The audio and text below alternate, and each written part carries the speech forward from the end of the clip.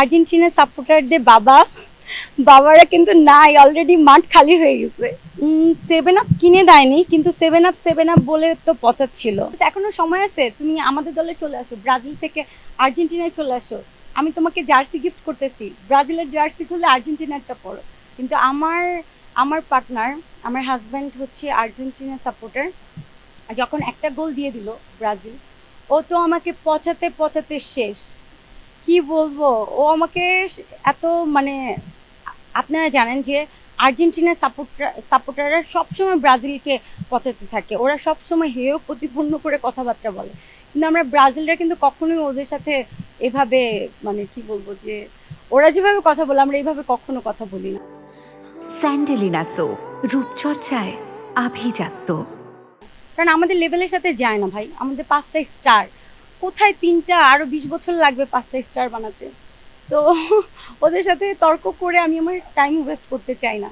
আমার আত্মবিশ্বাস আছে, আমরা আরো ভালো খেলবো, আরো আমার দল এগিয়ে যাবে। ব্রাজিল হারবে বা জিতবে, আমি ব্রাজিলের সাথে আছি। যখন জাপান একটা গোল দিয়ে দিল, আমাকে বলতেছে এখনো সময় আছে, তুমি আমাদের দলে চলে আসো, ব্রাজিল থেকে আর্জেন্টিনায় চলে আসো। আমি তোমাকে জার্সি গিফট করতেছি, ব্রাজিলের জার্সি খুললে আর্জেন্টিনারটা পরো। আমি বলছি না, ইম্পসিবল। ব্রাজিল যদি হেরেও যায় তাও আমি ব্রাজিল সাপোর্টার। আমি কিন্তু খেলা অত ভালো বুঝি না, খেলার অত আছে না যে অনেক বড় ফ্যান, আমি অত ভালো ফ্যানও না, খেলা অত ভালো বুঝিও না বলতে গেলে। কিন্তু আমার কেন যেন ব্রাজিলকে ভালো লাগে, ব্রাজিল, আমি মানে ব্রাজিলকে সাপোর্ট করতে আমার মন চায়, কিন্তু অন্য কোনো দলকে আমার মন টানে না।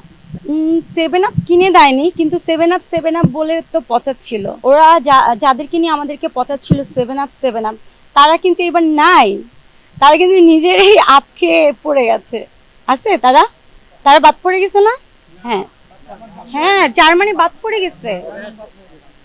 হ্যাঁ, গতকাল রাতেই বাদ হয়ে গেছে। জার্মানি কিন্তু অলরেডি হেরে গেছে।